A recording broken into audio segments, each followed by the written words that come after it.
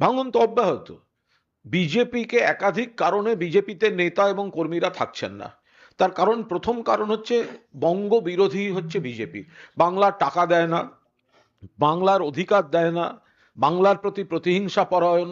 2021 সালে হারার পর থেকে আবাস থেকে 100 দিনের টাকা থেকে এখন জল জীবন মিশন 1,96,000 কোটি টাকার বেশি বাংলার বকেয়া।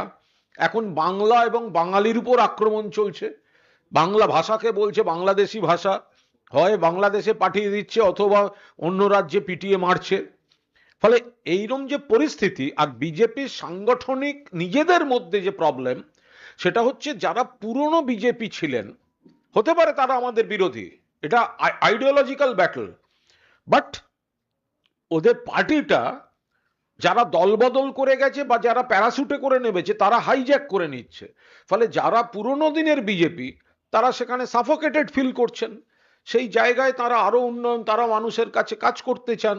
সেখানে তারা বিচার করে দেখেছেন যে একটা সেকুলার, ডেমোক্রেটিক, প্রোগ্রেসিভ ফোর্স হচ্ছে Trinamool Congress under the leadership of Mamata Banerjee and Abhishek Banerjee. তো তারা সেই জন্যই মানুষের কাজ করবেন বলে তৃণমূলের প্ল্যাটফর্মে আসছে। এসআইআর প্রক্রিয়া প্রায় সম্পূর্ণ হওয়ার পথে। আজকে নির্বাচন কমিশনের ফুল বেঞ্চ তারা বসছে বৈঠকে এবং তারপর তারা ভিডিও কনফারেন্স করবে। এটা নিয়ে কোনো রাজনৈতিক মন্তব্য আমরা করব না, কারণ এটা পুরোটাই প্রশাসনিক বিষয়। এবার ওনারা, জাতীয় নির্বাচন কমিশন প্রথম থেকেই বিজেপির দলদাস বা শাখা সংগঠন হিসেবে কাজ করেছে প্রথম থেকে। এসআইআর নিয়ে কারুর আপত্তি ছিল না। এসআইআর এর সময় এবং পদ্ধতি, বাংলার উপর যেভাবে মৃত্যুর মিছিল চাপিয়ে দিয়েছে সেটা নিয়ে আমাদের আপত্তি ছিল। একের পর এক মৃত্যু, বৈধ নাগরিকরা হ্যারাসড, বিএলওরা হ্যারাসড, 80 বছর 90 বছরের বয়সের লোক, বর্ষিয়ান মানুষ, তাদেরকে গিয়ে দাঁড়াতে হচ্ছে লাইনে। লজিক্যাল ডিসক্রিপেন্সির নামে বাবা চট্টোপাধ্যায় লেগেন, ছেলে কেন চ্যাটার্জি লেগে, ডেকে পাঠানো হচ্ছে। বৈধ ভোটারদের নাম কাটার খেলা চলছে। আমরা এই পদ্ধতিটার পুরোপুরি বিরুদ্ধে, এবং এই লড়াইটা বাংলার মানুষের ভোটাধিকার রক্ষার লড়াই ঐতিহাসিক জায়গায় নিয়ে গেছেন মাননীয় মমতা বন্দ্যোপাধ্যায়। সুপ্রিম কোর্টের প্রধান বিচারপতির এজলাসে নিজে দাঁড়িয়ে সওয়াল করেছেন এবং তার তোলা পয়েন্টগুলি থেকে মান্যতা দিয়ে হস্তক্ষেপ করেছেন সুপ্রিম কোর্ট। এটা হচ্ছে আমাদের সার্বিক অবস্থান। আমরা একজন বৈধ ভোটারকেও বাদ দিতে দেব না। বাকি মিটিং ইত্যাদি এটা প্রশাসনিক বিষয়, ওই মিটিং এর বিষয়ে কোনো মন্তব্য করব না। বাংলাদেশে বিএনপির আলাদা দেশ, আলাদা দেশ, আলাদা রাষ্ট্র, এই মুহূর্তে আমরা এখান থেকে কোনো মন্তব্য করছি না। আমাদের সর্বভারতীয় নেতৃত্ব নজর রাখছেন, ওটা বাংলাদেশ একটি আলাদা রাষ্ট্র।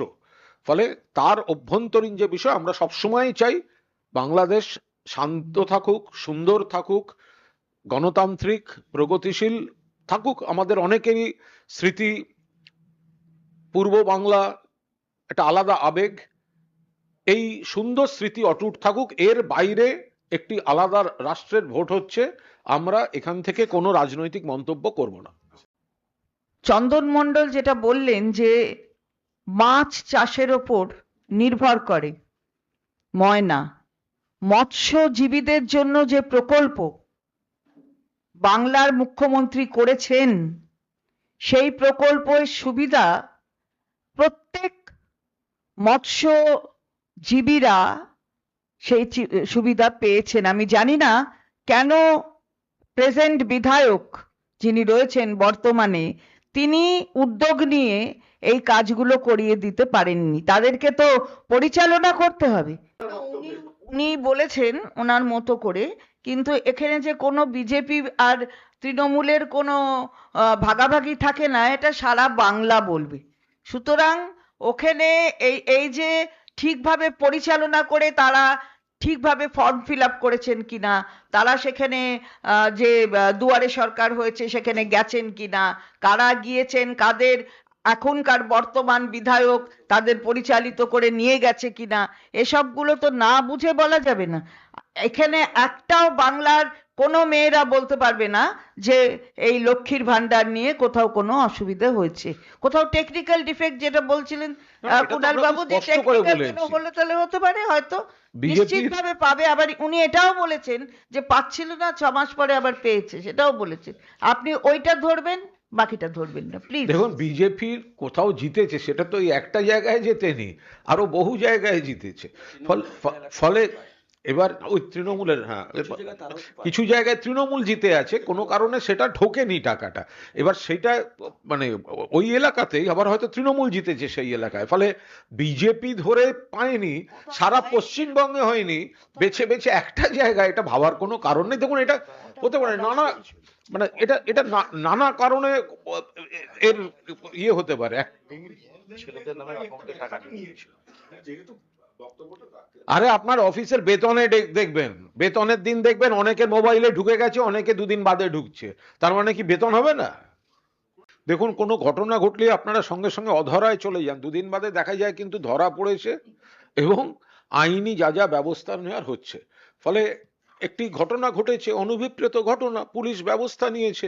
এখন বিরোধীরা যার যার নাম দেবে, পুলিশকে তাদের অ্যারেস্ট করে বসিয়ে রাখতে হবে, এই ধরনের তো কোথাও কোনো নিয়ম লেখা নেই।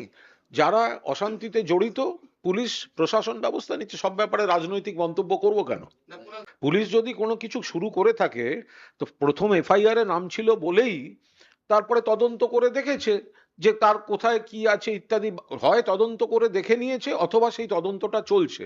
তাহলে এরকম বিষয় কি আছে? এরকম একাধিক ঘটনা দেখবেন কদিন বাদে ধরা পড়েছে বা পুলিশের পদক্ষেপ, এরকম তো নয় যে 24 ঘন্টা, আরজি করে 24 ঘন্টার মধ্যে ধরে নিয়েছিল, সেটাও আপনাদের পছন্দ হয়নি। তখন আবার প্রশ্ন হচ্ছে আরো মিছিল করে লোক ধরেননি কেন?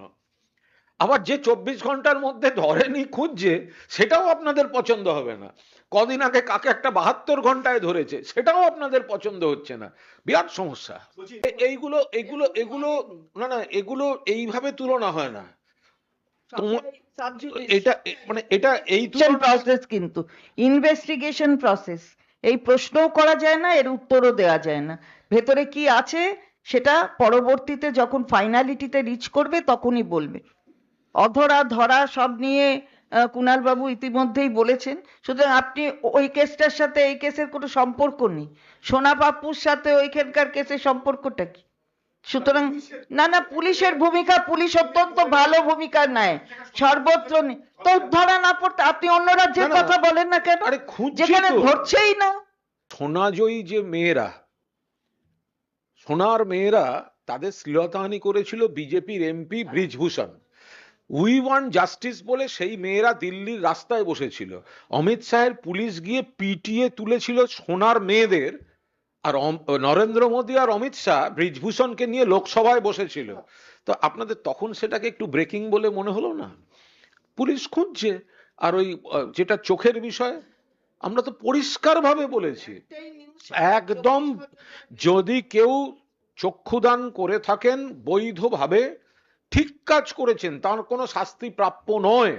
কিন্তু সেই এলাকার কিছু লোক এমন একটা পরিস্থিতি তৈরি করেন, পুলিশকে অনেক ক্ষেত্রে নিরাপত্তার স্বার্থে পরিস্থিতিটার প্ররোচনাগুলোকে থামিয়ে দেওয়ার জন্য, একটু আপনাদের তথ্যগুলো দেখে নি, ওদের তথ্যগুলো দেখে নি, এই অপ্রিয় কাজটা পুলিশের ঘাড়ে চাপে।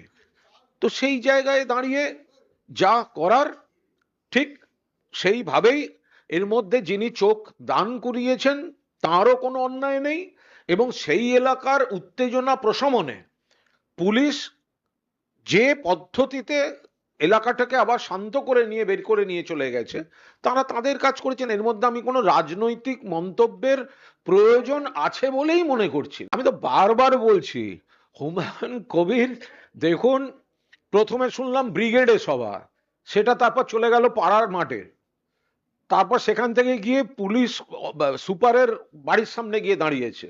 এই শুনলাম নাকি কত লোক যাবেন বাবরি যাত্রায়। সব মিলিয়ে 51 জন, তার মধ্যে 14 জন ওদের সিকিউরিটি। অ্যাকচুয়াল প্রবলেম হচ্ছে, যে ব্যক্তি, পশ্চিমবঙ্গ একটা গণতান্ত্রিক ধর্মনিরপেক্ষ রাজ্য, কেউ মন্দির করতে পারেন, কেউ মসজিদ করতে পারেন, কেউ গির্জা করতে পারেন, কেউ গুরুদ্বারা করতে পারেন, কিন্তু যে ব্যক্তি 2019 সালে মুর্শিদাবাদ লোকসভা কেন্দ্রে বিজেপির প্রার্থী হয়ে লড়েছেন, যে বিজেপি বলেছিল এক ধাক্কা অর দো, বাবরি মসজিদ তোড় দো, সেই বিজেপির প্রার্থী হয়ে নরেন্দ্র মোদী জিন্দাবাদ বলেছেন।